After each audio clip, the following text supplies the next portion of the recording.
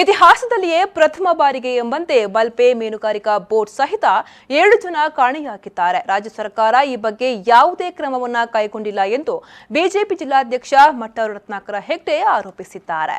ಸುದ್ದಿಗೋಷ್ಠಿಯಲ್ಲಿ ಮಾತನಾಡಿದ ಅವರು, ಜಿಲ್ಲೆಯ 5 ಶಾಸಕರು ಮತ್ತು ಮಂಗಳೂರು ಸಂಸದರು ಕೇಂದ್ರ ಗೃಹ ಸಚಿವರನ್ನ ಭೇಟಿಯಾಗಿ ಸೂಕ್ತ ಕ್ರಮ ಕೈಗೊಳ್ಳುವಂತೆ ಆಗ್ರಹಿಸಿದ್ದಾರೆ.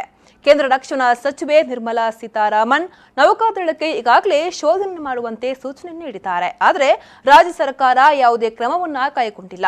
ಜನವರಿ 6ರಂದು ನಡೆಯುವಂತಹ ಬೃಹತ್ ಪ್ರತಿಭಟನೆಗೆ ಜಿಲ್ಲಾ ಬಿಜೆಪಿ ವತಿಯಿಂದ ಸಂಪೂರ್ಣ ಬೆಂಬಲ ನೀಡಲಾಗುವುದು ಎಂದವರು ಹೇಳಿದರು. ಭಾರತೀಯ ಜನತಾ ಪಾರ್ಟಿಯ ಶಾಸಕರುಗಳು, ಸಂಸದರು ನಾವೆಲ್ಲರೂ ಕೂಡ ಕೇಂದ್ರ ಸರ್ಕಾರದ ಮೇಲೆ ತೀವ್ರವಾದ ಒತ್ತಡವನ್ನು ಹೇರಿ ಅದರ ಬಗ್ಗೆ ನಾಪತ್ತೆಯಾದ ಬೋಟನ್ನು ಪತ್ತೆ ಮಾಡುವಂತೆ ಕೇಂದ್ರ ಗೃಹ ಸಚಿವರನ್ನು, ಕೇಂದ್ರದ ಮಂತ್ರಿಗಳನ್ನು, ನಿತಿನ್ ಗಡ್ಕರಿ ಅವರನ್ನು, ರಾಜನಾಥ್ ಸಿಂಗ್ ಅವರನ್ನು ಕೂಡ ನಾವು ಒತ್ತಾಯ ಮಾಡಿದ್ದೇವೆ.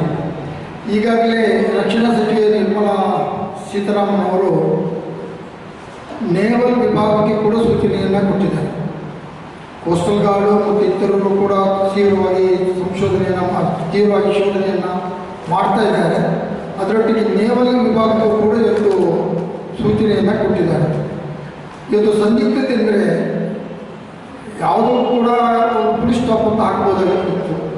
ಬೋಟ್ ಮುಳುಗಿದೆ ಅಂದರೆ ಮುಳುಗಿದ ಸೂಚನೆಗಳಿಲ್ಲ. ಅವರ ಮೀನುಗಾರರು ಯಾರು ಕೂಡ